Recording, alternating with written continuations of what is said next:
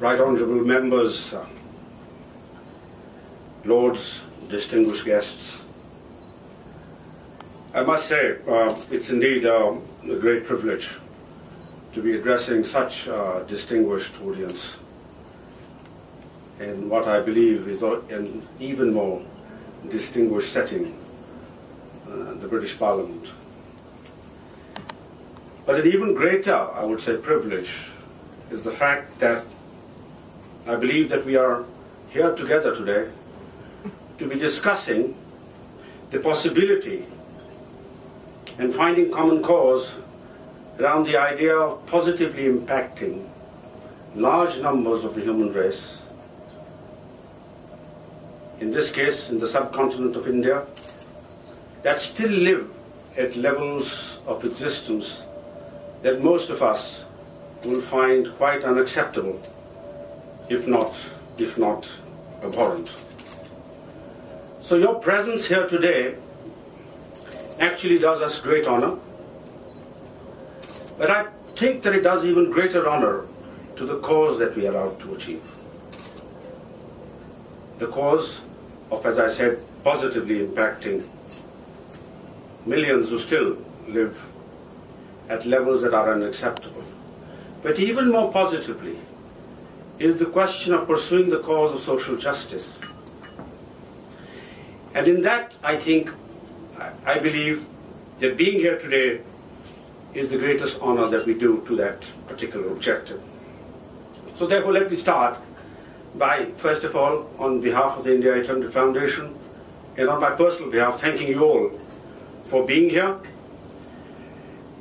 And hopefully in this, before the afternoon is out, we will showcase a little bit about what is the work the India800 Foundation does, our vision, and what keeps us busy.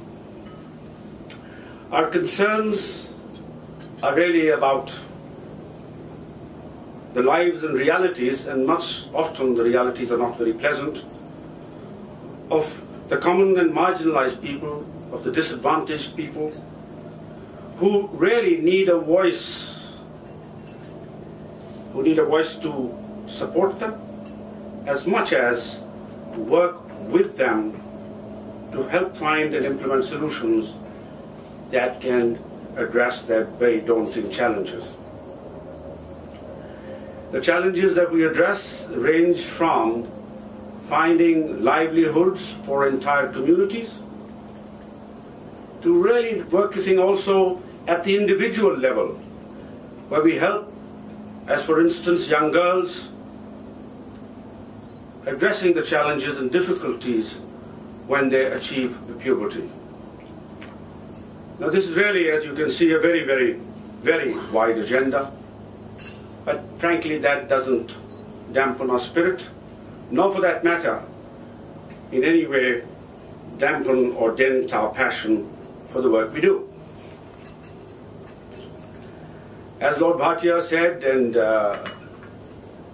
so did the Minister, that we actually seek a world for all Indians, a world of inclusion, where all citizens experience and enjoy the benefits of progress as reflected in the rather inspiring GDP growth rates reflected in India over the last decade.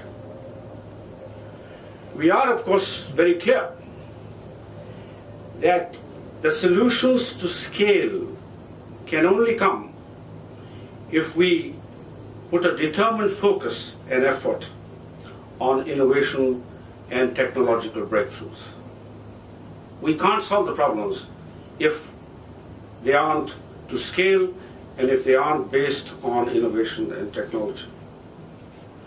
We also believe that you can't solve these problems without a very, very focused effort at building partnerships. Nobody can do this alone.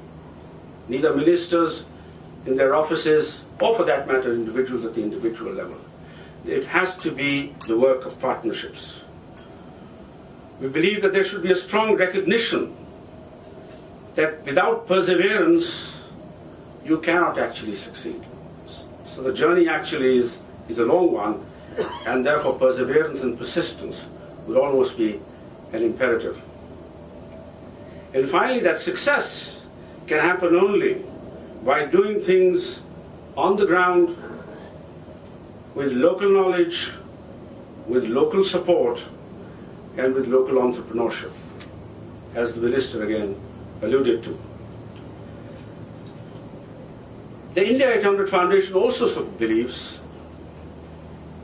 that demonstrable, very demonstrable outcomes with verifiable impact measurement has to be our operating mantra if at all we are to succeed as compared to some of the other institutions that operate in this space. Hopefully by the end of this interaction this afternoon, I hope we will have given you some insights on the range of things we do across the country, the outcomes and their potential impact. But more importantly, I hope that by the time you leave and you walk away from today's session, that we will leave behind a strong sense with you and hopefully an appreciation that here is an organization that has a credible agenda, doing credible work, with a credible philosophy and a credible action plan. As I said earlier, none of this would be possible without the power of partnerships. I sincerely hope that as we go through the day's proceedings, and by the time again you walk out of here, we would have made many, many, many more friends.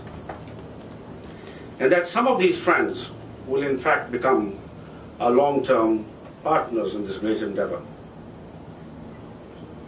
That we believe this to be the case, and with passion, that without partnerships you can't succeed. If proof is required, we have with us today in this very gathering and on this very function a large number of our Indian partners with whom we are partners from across the country, who not only share our faith but have equal passion around our convictions. Let me therefore end by sharing actually a thought with you about India, which oftentimes gets lost, if I may say, in the cacophony of debate. You know, India is a large country. It's a complex country. However, it's an inspiringly vibrant country. What is said to be true about India, with great emphasis and emphaticness, I might suggest that the equal opposite is also true about India. That is the enigma of India. And if that India has to be addressed, Lord Bhatia called that particular part of India Bharat, which needs great help. Well, that's the India that we are currently concerned with. So our phenomenal growth rate that we have seen over the last decade, which clearly has put India on the center stage as a nation that should contribute not only to the well-being, for the well-being of its own peoples, but hopefully for the well-being of peoples around the world. But as we've pulled through this growth rate, vast numbers of our people out of poverty, we've had a growing number of the middle class. Sadly, there is also a very, very large population that still seems to have been left behind. Surely, they also have an equal right to see the new dawn. And in the India800 Foundation, I might say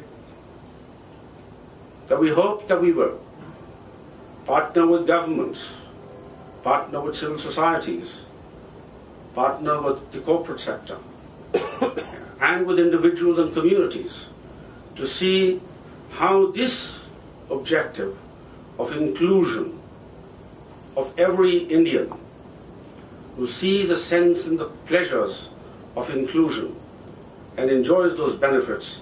And for them, we will work hard till such time that they don't see the brilliance of that dawn that they so much deserve. Thank you very much for having us here this afternoon. Thank you for your patience.